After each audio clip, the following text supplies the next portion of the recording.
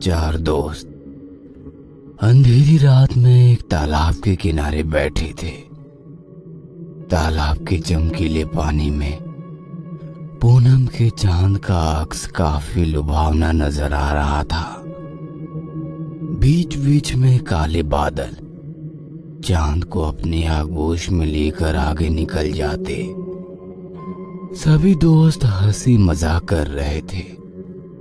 बीच में बहुत सारी खाने की चीजें और शराब भी रखी हुई थी। सभी दोस्त मिलकर बड़े चाव से उन चीजों पर हाथ साफ कर रहे थे। भाई, कोई डरावना किस्सा सुनाओ ना। और राकेश किस्सा सुनाने लगा। रात के करीब 1 बजे थे। आधी रात का वो समय, साथ ही हल्की बूंदाबूंदी देखकर लग रहा था कि जोरों की बारिश होने वाली है। शहर की सुनसान सड़क पर एक ऑटो चलता हुआ दिखाई दे रहा था। ऑटो ड्राइवर हल्की सीटी बजाते अपने मोड में था कि तभी सड़क की एक तरफ कोई खड़ा नजर आया। ऑटो नजदीक ले जाते हुए ऑटो ड्राइवर ने पूछा, कहाँ जाना है? अगली नुक्कड़ पर। और वो महिला ऑटो में सवार हो गई और कुछ ही देर में उनकी ऑटो दोबारा उस सुनसान सड़क पर चलने लगी। ऑटो में बैठे उस औरत का पल्लू धीरे धीरे रिक्शे से बाहर जाते हवा में लहराने लगा।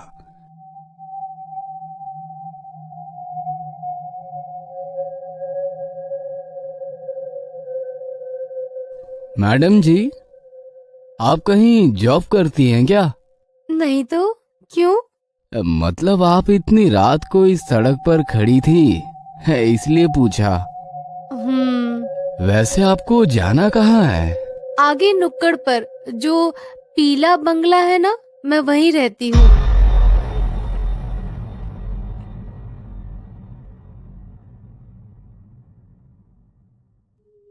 क्यों मजाक कर रही हो मैडम जी? बताइए ना, आपको कहाँ जाना है? मैं मजाक नहीं कर रही हूँ, मैं उसी बंगले में रहती हूँ, अकेली।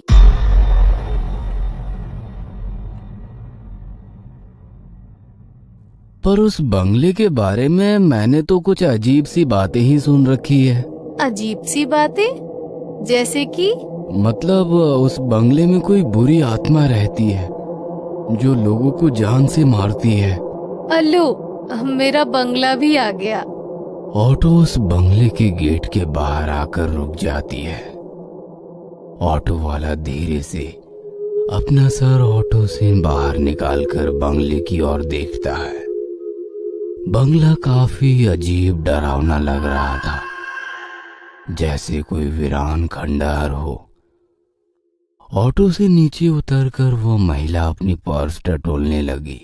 भैया 2 मिनट रुको, मैं पैसे लेकर आती हूँ। इतना कहकर वो औरत गेट खोलकर बंगले के भीतर चली गई। ऑटो ड्राइवर के पास रुकने के अलावा कोई चारा ना था। वो डरा सहमा सा उस बंगले को निहार रहा था। मैडम के बंगले के अंदर जाते ही लाइट शुरू हो गई और कुछ सेकंड बाद दूसरे मंजिल की लाइट भी शुरू हो गई। उस औरत ने खिड़की का पर्दा सरकाया और ऑटो वाले से कहा, भैया 500 का छुट्टा है ना?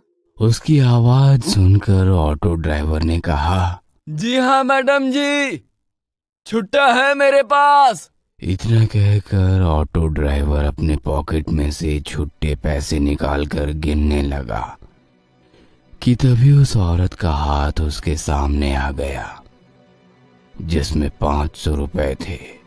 हाथ पूरी तरह से सफेद पड़ चुका था।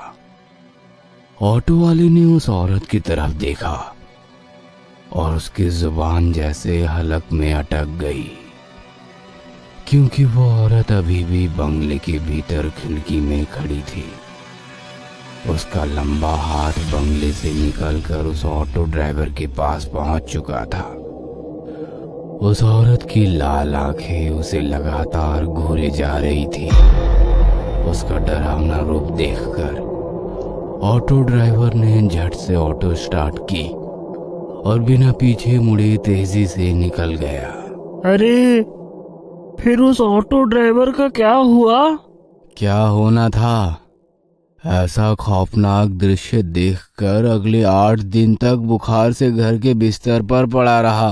ये घटना बचपन से सुनता आया हूँ, कोई नया किस्सा सुनाओ यार। यार फिर भी ये काफी डरावनी घटना थी। विजू ने कहा। और कोई डरावना किस्सा बताओ ना। इस अंधेरी रात में डरावने किस्से सुनने में बड़ा मजा आता है। ठीक है तो सुनो। एक लड़की रोज सुबह जल्दी उठकर गांव के इकलौते कुएं में पानी भरने के लिए जाती थी। सूरज निकलने के बाद भीड़ होने के कारण वो सूरज निकलने से पहले ही कुएं में पानी भरने के लिए पहुंच जाती। उस दिन भी वो सवेरे सवेरे कुएं पर पानी भरने के लिए पहुंची। अभी भी काफी रात थी। कुआं गांव से थोड़ा दूर होने के कारण एक कच्ची सड़क से जाना पड़ता था। लड़की कुएं के पास पहुंची और बाल्टी कुएं में गिरा दी। कुएं से एक बाल्टी पानी निकालकर वो अपने बर्तन धोने लगी। रात के सन्नाटे में उसकी चूड़ियों की खनक साफ साफ सुनाई दे रही थी। पूनम का चांद अभी पश्चिम दिशा की ओर झुक रहा था। आसमान भी साफ होने के कारण काफी अच्छी रोशनी बिखरी हुई थी। वह लड़की अपने काम में मशगूल थी। बर्तन धोते वक्त एक चूड़ी टूट गई और उसके हाथ में जा घुसी, पर उस लड़की ने हाथ से बहते हुए खून पर ध्यान नहीं दिया। उसने बाल्टी दोबारा से कुएं में डाली और धीरे धीरे ऊपर खींचने लगी। तभी उस सुनसान गहरे सन्नाटे से उसे एक अजीब सी आवाज सुनाई दी। काफी स्वादिष्ट है।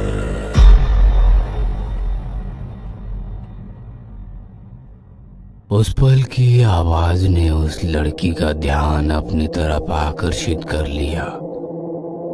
वो कुछ सेकंड वैसे ही चुपचाप खड़ी रही। आवाज की दिशा समझ में नहीं आ रही थी, पर आवाज बिल्कुल साफ साफ सुनाई दे रही थी। और दोबारा वही आवाज उसके कानों में गूंज उठी। काफी स्वादिष्ट है। वो चारों तरफ अपनी नजरें घुमाते हुए बाल्टी को ऊपर की ओर खींचने लगी। बाल्टी ऊपर आ गई। उसने बाल्टी उठाई, पर बाल्टी के अंदर का पानी काफी गंदा नजर आ रहा था। उसने धीरे से बाल्टी के पानी में हाथ डाला।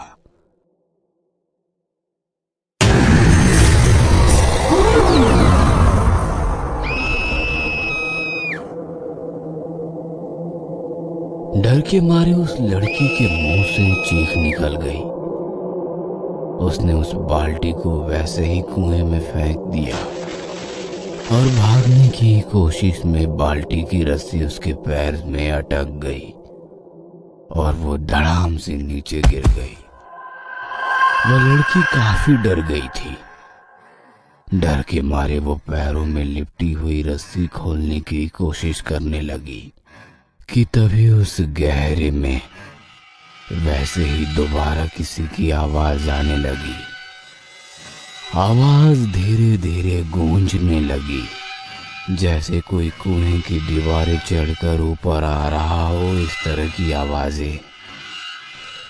जमीन पर गिरी लड़की कुएं की ओर देखकर उस रस्सी को पैर से छुड़ाने की कोशिश कर रही थी, पर लग रहा था कि वो रस्सी धीरे धीरे पैरों को कस के जकड़ रही हो। वह लड़की काफी डर गई थी। उसके दिल की धड़कनें उसको खुद भी सुनाई दे रही थी। बदन पसीना पसीना हो गया था। आंखों में मौत का खौफ साफ साफ दिखाई देने लगा। जैसे तैसे वो रेंगते हुए वहां से दूर जाने की कोशिश करने लगी और अगले ही पल सब कुछ शांत हो गया। ना किसी की आवाज, ना कोई आहट, बिल्कुल खौफनाक सन्नाटा चारों ओर फैला हुआ था। उसने अपनी खौफ भरी नजरों से कुएं की ओर देखा। वहां पर उस जगह कोई भी नहीं था। वह अकेली वहां पर थी। वो लड़की दोबारा अपने पैरों में अटकी रस्सी छुड़ाने की कोशिश करने लगी और फिर एक अजीब सी आवाज उसके कानों पर पड़ी। धीरे से अपनी नजरें उठाकर उसने कुएं की ओर देखा और सन्न रह गई। कुएं के अंदर की दीवार से एक खौफनाक चेहरा उसे झांक रहा था। उसकी आंखें फटी की फटी रह गई। वह कुछ समझ पाती इससे पहले ही किसी ने उसके पैर में बंधी हुई रस्सी को कुएं के अंदर खींच लिया और वो लड़की कुएं के उस गहरे पानी के अंदर समा गई। यार, ये तो काफी डरावनी घटना थी। फिर उस लड़की का क्या हुआ? और क्या होता, 3 दिन बाद उसकी लाश कुएं के पानी के ऊपर तैरती नजर आई। यार चलो एक और किस्सा सुनाओ, मजा आ रहा है। अरे पागल, बहुत रात हो गई है, अभी यहाँ से जाना होगा वरना हमारा किस्सा लोग सुनाएंगे। वैसे भी ये काफी डरावनी जगह है और इस जगह के बारे में भी बहुत सारे किस्से मशहूर है। हाँ पता है, इस तालाब के भीतर एक आत्मा है। जो लोग पानी में तैरने के लिए आते हैं उन्हें पानी के अंदर खींच लेती है। अबे बकवास बंद करो, ये सब मनगढ़ंत कहानियां हैं। मैं कई बार यहाँ तैरने के लिए आया हूँ, मुझे तो कभी ऐसा महसूस नहीं हुआ। ऐसा कहकर वो उठकर खड़ा हो गया और पानी से भरे तालाब की ओर देखकर चिल्लाने लगा। ए पानी वाले भूत, चल निकल बाहर, मैं तुझसे नहीं डरता। देखा, कोई भूत भूत नहीं है, खाली वहम है यार। इतना कहकर वो पीछे मुड़ा और वहीं बेहोश हो गया। अगले दिन अस्पताल के बेड पर वो बेहोशी की हालत में पड़ा था। उसके पास माँ और पिताजी गुमसुम से बैठे थे कि तभी उसे होश आ गया। पास खड़े डॉक्टर ने पूछा, अब कैसी है तबीयत? ठीक हूँ डॉक्टर साहब। वैसे हुआ क्या था?